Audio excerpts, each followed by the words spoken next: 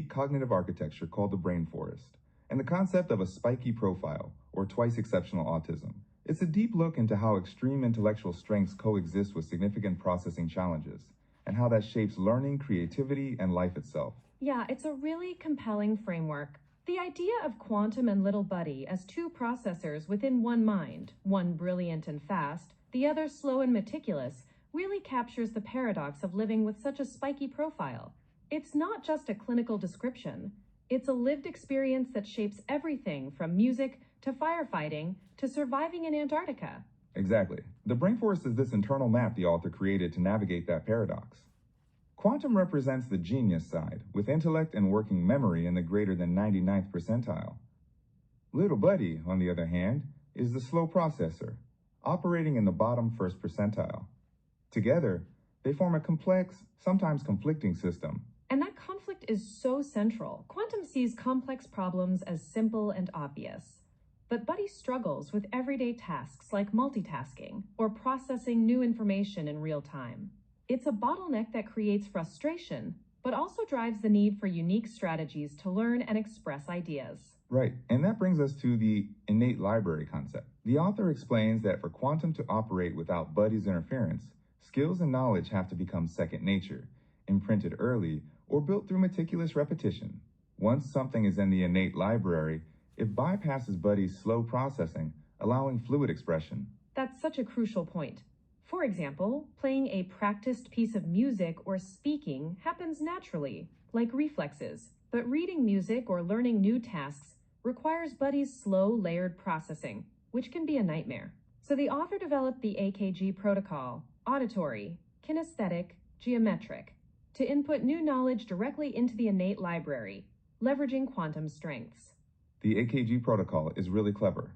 Instead of relying on symbolic notation, which overwhelms Buddy, it uses auditory learning by ear, muscle memory, and visualizing geometric patterns.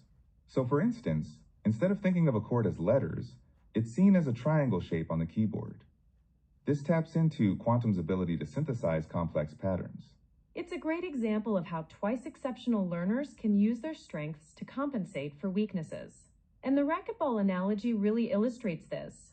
Fast reflexes but slow processing means chasing the ball incorrectly after rebounds. The same bottleneck shows up in many areas. Speaking of bottlenecks, the Stroop monster is a vivid metaphor. The Stroop test reveals cognitive interference by asking you to name the color of a word that spells a different color. The author's experience with this test exposed the core struggle. Quantum knows what to do, but Buddy can't execute, leading to anxiety and shutdown. Yeah, and the bumper car loop is another powerful image. Buddy repeating the same mistake, hoping for a different outcome, which just drains energy and air, literally in the case of firefighting. It's not a failure, but a signal of the unique cognitive architecture and the need for alternative strategies. That tension between brilliance and bottleneck runs through the author's life story. Music was Quantum's primary expression tool, especially percussion and vibraphone. Despite Buddy's limits, the author built an extensive innate library through practice and invention, like creating the Piper vibe to solve mechanical problems of the instrument.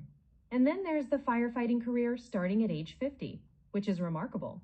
Overcoming physical and cultural challenges, using mechanical advantage and discipline to compensate for size and age. The first structure fire experience, with the near-death moment lost in a burning building, really shows the interplay of Quantum's calm and Buddy's panic. Antarctica adds another layer. Extreme environment, unique firefighting culture, isolation, and monotony. Yet the author adapted and thrived, continuing the quest to find direct pathways into the innate library and expressing Quantum's potential. It's inspiring how the author navigated social and professional challenges too, masking Buddy's limitations to present a competent front, enduring toxic fire department culture, harassment, and exclusion, but still finding ways to survive and gain respect. The role of mentorship and leadership is critical here. The author's experience shows how organizational culture can either stifle or support growth, especially for those with spiky profiles. Eventually, the decision to leave due to cultural ceilings reflects the need for environments that allow both Quantum and Buddy to function optimally. And then we get to the advanced theoretical insights, the restorative influx theory. It's a radical reinterpretation of gravity in the universe, seeing space as a solid substance mending voids, with gravity as the flow of space filling these voids, not a pull or push. That's a fascinating flip of classical physics. It reframes light speed constancy, gravity, inertia, and time dilation as mechanical processes. The author's unique vantage point as a twice exceptional thinker allows this kind of reverse engineering and questioning of foundational assumptions. Buddy's role as the meticulous decipherer auditing the integrity of information, rather than a deficit, is a powerful reframe. The Stroop test's failure to measure Buddy's true function, speed isn't the goal, but structural integrity and truth, is a profound insight. The social sentence concept, where Buddy's slow processing protects against shallow or invasive social data, adds a social dimension to this cognitive architecture. The poem from Buddy encapsulates the journey from self-doubt and masking to acceptance and embracing this unique mind. It really ties together the philosophical and